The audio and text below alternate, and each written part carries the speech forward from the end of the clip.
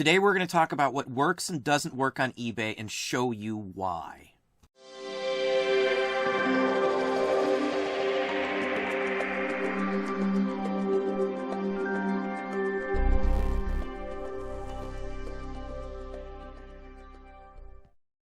Hey, it's Don. Today we're going to talk about things that work and things that don't work that can garner you sales or help you on eBay.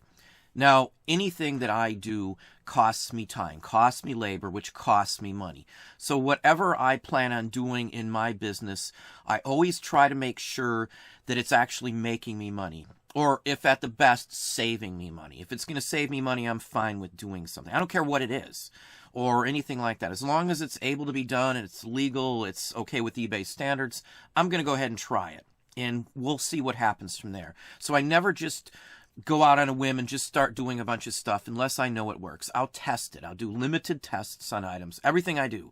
And this goes for literally every step that I take. I want to make sure it's working. I want to have results. For me, results would be a bottom end in like a number, an increase in something, or specifically an increase in sales, money to the bottom line, because everything's judged on what we bring to the bottom line. That's all that really matters in a specific business. It's what's coming down to the bottom line. All the rest of the stuff on the top is somewhat irrelevant if it's working fine and you keep bringing that money down to the bottom. So for everything that I've done, I've tested it all out to make sure. Now, the video that I had up yesterday, I discussed, and I'll have a link right up here. I would recommend watching it if you haven't. I discuss a two-step way to get you some more sales. Now, that way I showed you, you can 100% check to make sure that it works for you. Just because something works for me or some other YouTuber out there doesn't mean at all it will work for you. There's no guarantee on this planet that can say that that is the case. Many times the people that talk about doing something or show something may just feel or infer that it does what it says. Causality, meaning that they'll do this and the effect will be that. Again, there's no verifiable proof with most of what I see, and I'm a person who I have to see concrete evidence to show that it's worth me wasting time and money to do something. For me to do certain things, it costs time, a lot of time if I'm going to do it based on the amount of listings I have. So I would test them. That's the only way you're going to know if something actually works. So today we're going to show you ways you can figure out if something's working for you. Not just looking at a bottom number or something, but an overall way or aspect or thought on how to figure out for sure that there is something working for you. And this is important so you're not wasting your time doing stuff just based on someone say that, yeah, it worked for them. You need to know it's going to work for you. You don't want to waste time. It's far better to waste your time trying to get better items or something instead of wasting it on something you don't even know if it's working for you. That's the key to this. Saving time is a way to make money. You're saving time. You have more time to do something else that can net you some money. If it's not making me money again, I don't do it. But let's hop over now. Okay, so we're just on eBay here. This is all we're looking at right now. We're going to talk about figuring out if you're getting more watchers. That's a big key factor in a lot of the things that I do because, again, if you watch the video I talked about, literally that's the key for me is to get more watchers, and I get more watchers from doing the sales I show you in that video. Now, watchers is the most important. Views is just secondary. It doesn't mean anything to me, in my opinion. And I know there's people that are going to say that all means something, but in my business, what I do, I have come to the realization that it's not important. All that matters is having the right person online at the right time. If I have the right keywords, the item's going to pop up based on how eBay's search results works in the first place.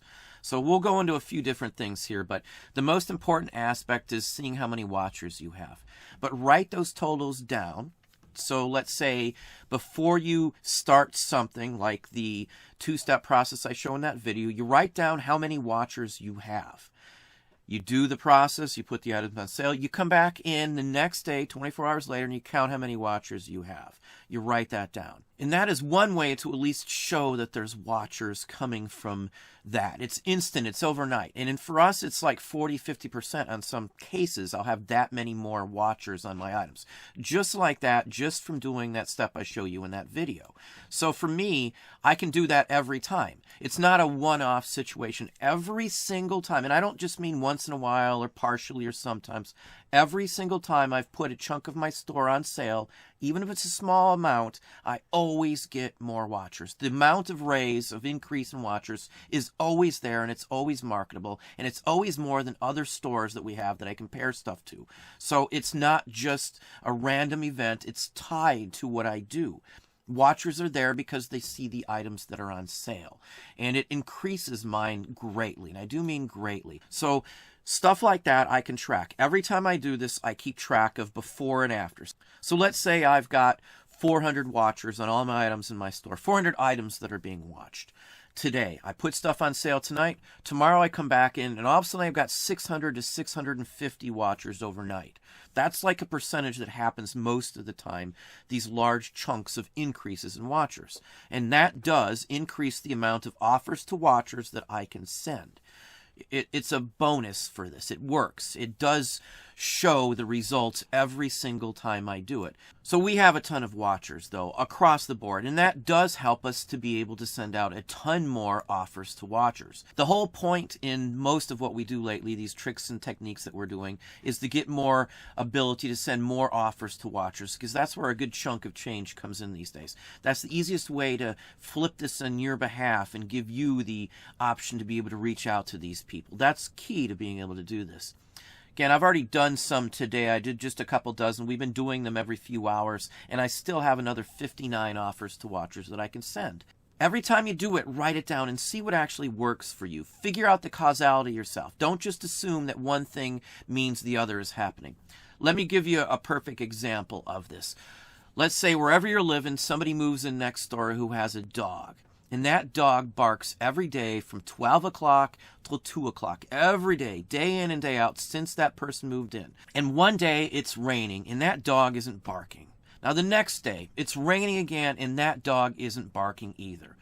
Third day after this, it stops raining and the dog's back again barking. So you might infer that the rain caused the dog not to bark. Maybe he was afraid of the rain and he just didn't bark, or the noise kept him asleep, or whatever the case may be. But unknown to you, those people took the dog away and they went on a little 2-day getaway and the dog wasn't home. It had nothing whatsoever to do with the rain. Many people might assume that the rain is why the dog didn't bark. Same thing with this. So if you have some sales and you did something before it doesn't necessarily mean that that item sold because of what you did. The cause and effect isn't there unless it's repeatable, verifiable by numbers, by physical math and calculations to figure out where this is going. It's really easy. You're just figuring out a difference between what happened and what didn't happen. You have to be able to prove that. It has to be repeatable. And just because something sold right after you did something doesn't mean that it wouldn't have sold anyway. Most of what we sell sells because the right person was online at the right time. We sell stuff, a large chunk of stuff goes to people just because of a last name on there. How often is that person on looking for specific items? How often do they dedicate time just to go online? It's just like an antique store, a collectible store, a comic store, a stamp store. Certain people only show up at certain times, and that's the only time they actually look for things. Same thing works with being online. So I don't rush to any conclusions on anything unless I see the math at the end. Now, one of the biggest ones people bring up to me, and I constantly get questions asked, including on that video from yesterday, is ending your items early and then doing sell similar. How great that is to do that. Now, I do try everything, and I have tried that in the past, and I have no difference whatsoever for sales, so there's no conclusion on proof that that works at all. And I'm going to give you a few reasons why that could honestly hurt you if you do that. And I know people say, you show up new, it's a new item, you get all this boost from being new. Well, let's just do a random search for an item on eBay right now and figure out if being new is going to mean a single thing to your listing. So here's the advanced search page. You can do this exact same search from anywhere on eBay. The search is the exact same thing unless you pick some specific other thing to go with it. If you type in a word and just hit search, it's just going to search just like it would anywhere else across eBay. It's a database. That's how databases work. Now, you could pick specifics, or you could just put quote marks in the front and quote marks in the back of the word and just show words or listings that have that word in it. You can use their search criteria here to do the same thing, or you could exclude certain words. So depending on how people search, the results are going to be different. But most people just type in what they're looking for and click search. That's all they do. That's the majority of everybody going on most platforms. If I go to Amazon, I just type in the word and I start from there. So what happens here when you search for anything on eBay? It doesn't come up with newest first. That newest first thing is somewhat of a myth in my book, because eBay pushes best match every single time on the items that I look up. Maybe it's not for every item, but every item that I look up, best match is what shows up. And that's what eBay steers everything towards, the best match. Now, we can look at this. There are a few that say new listings on here. So, yeah, there are some that say new listings on here. But I'll tell you what, all of these listings that say new listings on here are relists from eBay. They're not new listings to the system. I've looked up pretty much all of these to confirm that, or I've been watching this category so long I know for a fact that that's the case. And that's the case with the ones that say new listings here. They're not new to the system, they're just newly relisted ones. You can go back and see these in completed listings right now. So you can go down and scan through here. Most all of these are not new listings at all. None of them, in fact, actually on this first page seem to be. There's a sponsored one, there's another sponsored one. The first one that shows up, though, is one that ends in just a couple of days. It's not at all a new one. So when you end the item and then sell similar, you're losing everything that would tie you to a best match. You are giving up the ability to have a best match. I would far rather have a best match, which is what eBay pushes and shows every single person on the site, rather than having new items first. Again, just because you're on the new items list doesn't mean they're going to see it. Now let's just click on new items list and look at the items on here. They're not even right up at the top of the new items list in the first place. So again, you got to know how this works, or at least have some information and research this. So ending and selling similar can kill your best match ranking. It could just cut that all off. I don't see any math. So if I compare one store that I'm not doing that to one store that I am, the math just isn't there to justify me wasting time doing it. Nor is a search itself. If I'm looking to see if something like that is even logical, if it's going to help me at all, I want to do it. I don't care. I'll investigate it. I've looked into all this, and this is the same basic principle. This is the exact same thing. No matter what you're looking at, these are the type of search results you are going to get, just geared towards the search terms you are using. It's far better to use the best keywords and search terms than worrying about sell similar and all that. It just isn't logical based on how eBay works. It's not logical based on how a database works, unless, again, you're steering towards certain specifics. Now, you will show up, obviously, in the new listings if it's a new listing, regardless of it. But eBay knows which listings are relists and which ones aren't. They can tell which items you have viewed, and it shows up on everybody's main splash page for eBay. Recently viewed items, not ones you've watched, not ones you've clicked on or made an offer, but just random ones that you've looked at shows up on your main page. Now, you can clear those off and all that if you don't want them on there, but the point of it is they track all this. They know that it's the same item that's been in their system to some extent. You've just eliminated all the other things. eBay knows whether you've changed the title to a listing or not. It's still stored in the exact same place it was before. So even if you're changing and making a new listing, it's still basically the same everything. And it's not going to change the results other than pushing you in a new listing section, even though the new listing section isn't what a lot of people even care about anymore. The best match is what most people seem to be looking for and using. Most people don't even pay attention to that click box up there that allows them to go newest first. Many other people are only interested because they've got limited time with what's ending right then that they can get right away. So they'll hit ending first. By limiting it to your listings only going new listings first, you're cutting off all kinds of tracking information that could post you much higher on a best match search, which again is the majority of all searches on eBay now. So again, I'm comparing these. I'm making sure it's not just some random thing that happens. It could have sold anyway, and the proof would be to have similar item not sell in another store compared to the one that did sell, and for that to happen over and over and over again. It's got to be repeatable. It's got to be verifiable. It's got to increase my bottom line. If I'm not making any more money, it's not increasing anything. It's not giving me a boost, so there's not much sense in me doing it. Obviously, if my sales go down, I do it routinely, and that always fixes it. Again, that would be another case. just like comparing it to the one that I talk about in the other video where I do the 2 steps. I always get more watchers. It's verifiable routinely. I got dozens of times where I've done and tracked this, and every single time, not just once, not just the percentage of it, every single time, I can show math-wise on a piece of paper that I always get more watchers, and it's a huge, considerable amount. Again, the sales coming in also shows you that it's from a sale item, so you can kind of track some of that information down. There's enough there that's repeatable and goes on that verifies that that does work. So just like other things you do, if you can track ones that are or aren't working for you, you can at least see and not waste your time or money or effort on things that aren't going to net you any results. For those who ask on promoted listings, I don't do promoted listings. I compare the difference before and after, and all what happens is I'm making less money because I'm giving eBay a percentage of it. Now, if you're in a flooded category or some other category, you may have different results where it actually gets you sales because you're above the other people selling the exact same thing as you. Most of what I sell, I try to diversify, so it's not something that most people would be selling. They're not going to be selling the exact same postcard or this or that or whatever I sell. So that's diversification in what we sell. I don't have to worry about those factors, so my results may be different than yours.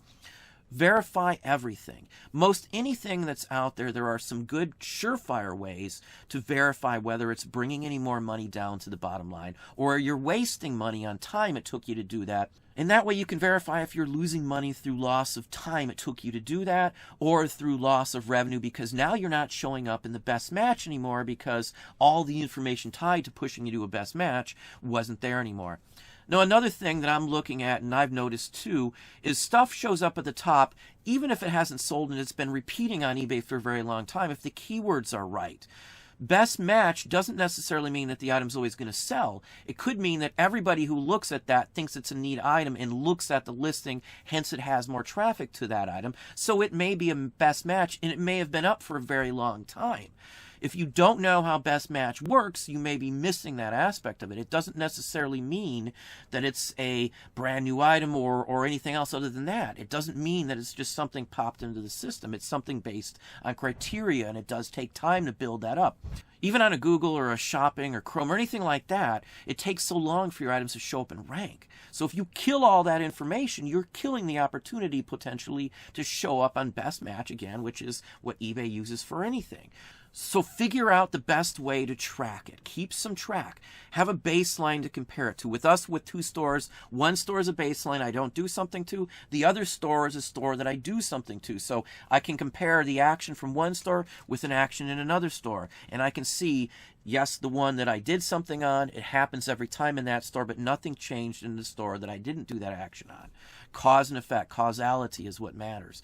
Proof is in the pudding. You have to be able to pull numbers down to the bottom to show without a doubt that that's working. Why would I waste hours upon hours on time to do something if I can't prove ever that it worked for me even once? Perfect example, the sell similar option, ending your items. If you end your items too soon, you could end up at the end of the year paying for a whole nother month worth of listings on those items. And then costing you more money that you may not realize until the end of the year because you're ending them a couple days early or this or that, all kinds of other reasons. I don't end anything. I tried it, didn't work, no verifiable proof, no nothing, and I got to have evidence to waste my money on it. I can't waste time and energy on it. There's so many other things I need to be doing that's a key and important aspect. Nothing wrong with looking into something. And again, I try everything. If something like that worked and just by ending some items and sell similar, I could do that all day long and just garner some sales if it worked. It just hasn't panned out for me. Again, it may work for you, but it doesn't work for me. And most people that I talk to, it doesn't help them much either. There's no, again, proof that it does or doesn't do anything for you for most people. There's no way to track it to prove anything unless you're doing them store comparison to another store comparison, like to like items as well. So anyway, that's what I have. Just don't waste your time on things that you don't know are actually working based on someone else's wording. Even if I say it, try it out yourself first. Verify it. The video yesterday, you can verify what I say if it's working to start off with. You can see if you get more watchers right off the bat. If you get more watchers overnight from doing that, and it happens every time you do that, it's going to work for you to that extent. You'll get more watchers. And that should definitely increase the amount of offers to watchers you can send out. write those down too. So when you're writing down the watchers, how many watchers you have, write down how many offers to watchers showed up as well. So tomorrow, if you've got more watchers, then boom, you've got twice as many offers to watchers you can send out. You can have some form of correlation there that instantly something happened. And the only thing there is that. Test it a couple more times, and if you get the same results every time, like I do, then you can say that it does work for you, and you can make sure that you do that all the time. I just don't do stuff that doesn't get me money back. That's the end of the day for us. Well, there you have it. Hopefully you enjoyed that. If you did, please hit that like button down below. You can also hit the bell icon to be notified if I post new content or go live. Subscribe and tell all your friends.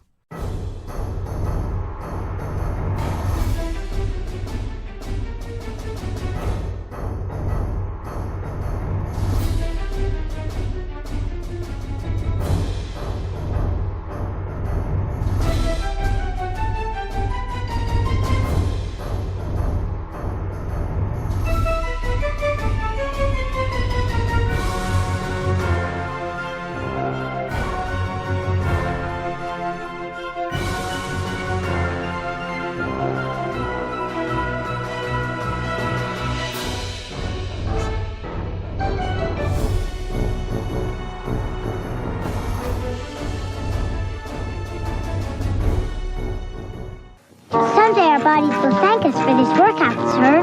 I'll let your body speak for both of us. You're just tired because you didn't have a good breakfast like I did. A Cheerios breakfast. When you fuel up with a nutritious breakfast like this one with tasty low-sugar Cheerios, those O's will help keep you on your toes. We make a great team, huh, Marcy? Indeed we do, sir.